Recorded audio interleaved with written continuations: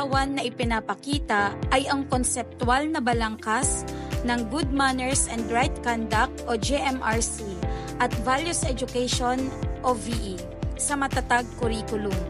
Ito ay isang pangunahing asignatura o course subject sa programa ng Batayang Edukasyon ng K-12 ayon sa Republic Act No. 11476, ang GMRC and Values Education Act.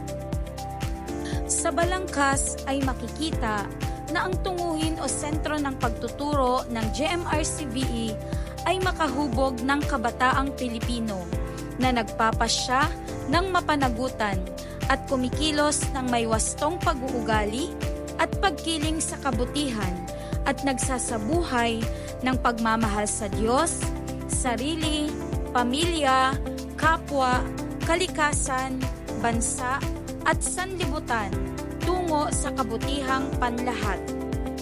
Layunin din ng GMRC-VE na maisabuhay ng mga mag-aaral ang 4 na DepEd core values, ang pagiging makadiyos o pagmamahal sa Diyos, makakalikasan o ang pagmamahal sa kalikasan, pagiging makatao o pagmamahal sa sarili, pamilya at kapwa, at ang pagiging makabansa o pagmamahal sa bayan at daigdig.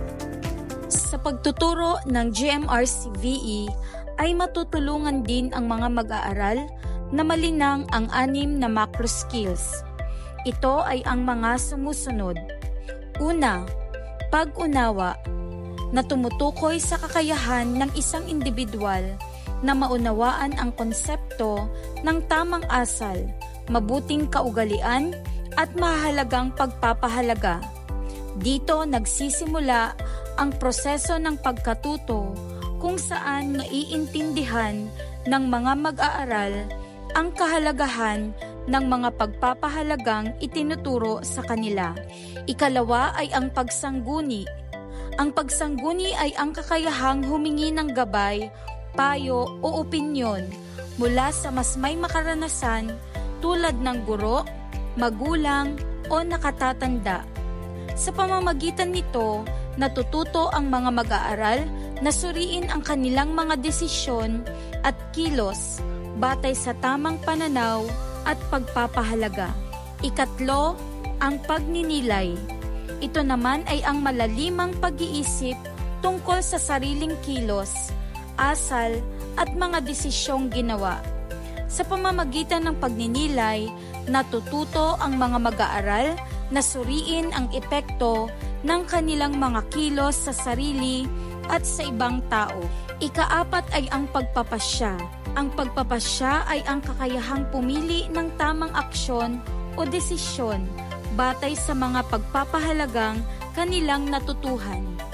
Mahalaga ito sa GMRC-VE upang maturuan ang mga mag-aaral ng responsableng pagpapasya sa iba't ibang sitwasyon ng buhay. Ikalima, ang pagkilos. Ito ay ang pagsasagawa ng tamang kilos batay sa mabuting pagpapasya at tamang pagpapahalaga. Ang isang mag-aaral na may wastong pagpapahalaga ay kumikilos ng may malasakit, respeto, at disiplina sa kanyang sarili at sa iba. At panghuli, pagsasabuhay. Ang pagsasabuhay ay ang patuloy na pagsasagawa ng tamang asal at mabuting asal sa pang-araw-araw na buhay. Ipinapakita nito ang tunay na pagkatuto ng isang mag-aaral sapagkat nagiging bahagi ng kanilang pagkatao ang mabuting asal at tamang pagpapahalaga.